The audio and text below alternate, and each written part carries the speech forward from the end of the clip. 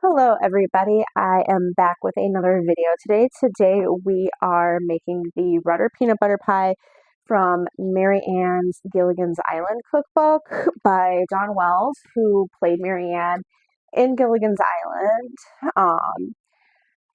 This is a super easy pie to make. I do make this pie maybe about once or twice a year. It's super easy, super quick. Honestly pretty cheap to make too, which is always nice. And I'm super excited to share this with you today. The Gilligan's Island cookbook was actually one of the first pop culture cookbooks that we had in our house.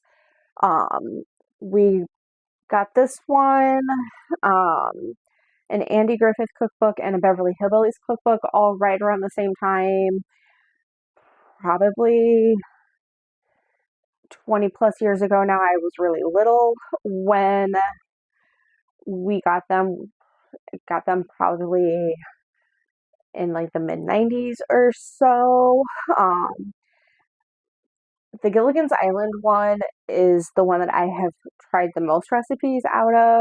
I have made a few recipes out of the Andy Griffith one, and honestly, I have not tried anything from the Beverly Hillbillies one yet, but eventually one of these days we will get to those cookbooks on this channel as well. We have now added a second Andy Griffith cookbook. It's a dessert one, which we've made a couple things from, and then I've also recently added a Brady Bunch cookbook that I am super excited to try some recipes out of as well. That one I just got a couple months ago, so I have not tried anything out of that yet, but we'll get there eventually. But for today, we are making the Rudder Peanut Butter Pie. I just wanted something kind of quick and easy to whip up today. Next week, we are going to be starting our Christmassy holiday themed recipes. The first recipe up for that is going to be a hot cocoa mix, which I am super excited to try this year, and we will be using that mix in several other recipes that I am planning to make this holiday season on this channel. But for now, let's get started on the Rudder Peanut Butter Pie. Alright, so for the Rudder Peanut Butter Pie, we've got a pie crust here.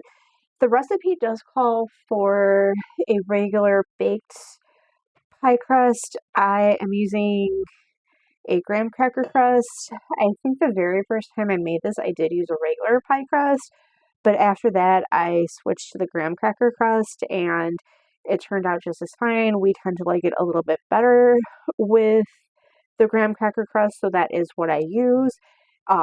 If you have this cookbook and want to use a regular pie crust, that's fine. It's still good. We just happen to prefer the graham cracker crust, and it is a little easier with the bought and graham cracker crust, so that is what we use. We've got a package of vanilla pudding here. We've got some peanut butter, powdered sugar, and some milk. So there is not a lot for this pie. It is very easy, very quick to make. So let's get started. The first thing we are going to do is mix the powdered sugar and the peanut butter together. Alright, so I have that mixed together. I used my hand mixer and just beat that till it was all nice and crumbly. I'm going to save about a quarter of a cup of this out. That is going to go on top of the pie after it is set. The rest of this is just going to go in the pie crust here. I am going to get that in the bottom of my pie crust, and I will be back. Alright, so I have the remaining peanut butter crumbles in my pie crust. I do want to also mention that the recipe does call for chunky peanut butter. I am using creamy because that's what I had on hand. I've done both, and it is just as good either way. I honestly really couldn't tell much of a difference between using crunchy and smooth peanut butter, so you can use whatever kind of peanut butter you have on hand, and it's still going to turn out great. We are going to set this aside for a moment and make the pudding according to the package, which is the package of pudding and 2 cups of milk. Once I have that all done, I will be back. Alright, so I did prepare the pudding according to the package. I did just make it in the same bowl that I did my peanut butter crumbles in. It's all going into the same pie, so it doesn't really matter. Um, we are now going to pour this on top of the peanut butter crumbles. I usually have a little bit of pudding left over that won't all fit in the pie crust, and that's fine. We usually just eat it plain. I am going to pour this over the top of my peanut butter crumbles, and I will be right back. Alright, so I got the pudding on top of my pie. I gotta say, it fit really good this time. I didn't actually have any left over like I said I was going to. I don't know if I got a smaller package of pudding by mistake or something, but it did work out really nice. Now I'm going to stick this in my refrigerator and let it sit overnight.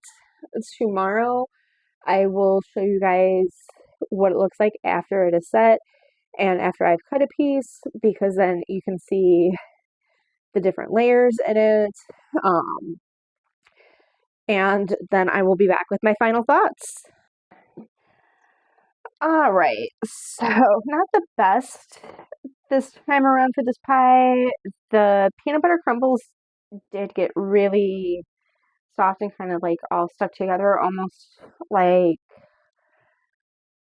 a fudge consistency or like a putty almost, and they didn't want to crumble apart today, but it's still going to be fine. We're still going to eat it. It's still going to taste good. It just doesn't look as pretty as it normally does, because usually the peanut butter crumbles are still nice and loose like they were last night when I put it into the pie crust. I don't really know what happened with them today, but it happens, I guess. I don't know, it's never done this to me before when I've made this pie, but it's still going to taste okay and everything. It just doesn't look as pretty as I would like it to right now. Um, I'm going to cut a piece and show you what the inside of the pie looks like, and then I will be back with my final thoughts.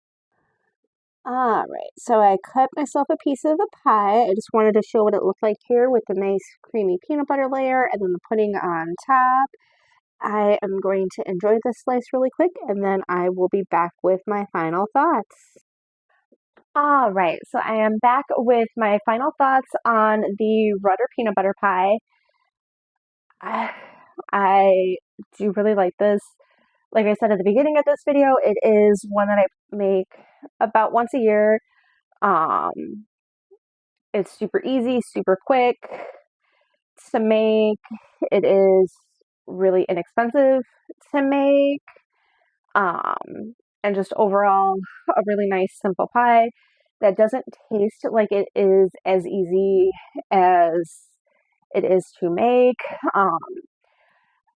I suppose you could make your own pudding if you wanted to be really ambitious with that. I've just always used box mix because that was always easier, but you could do homemade if you wanted. I suppose you could even do a chocolate pudding if you wanted. I've always used the vanilla, just because it is so good with the vanilla, like the recipe calls for. This is not one of those recipes I've really played around with a ton. I did switch from the regular pie crust to the graham cracker crust, but other than that, it is basically the same recipe. Like I said, I do use or have used both creamy and crunchy peanut butter. Just kind of depends on what I have on hand at the time, because we always have some kind of peanut butter in our house. It turns out great either way.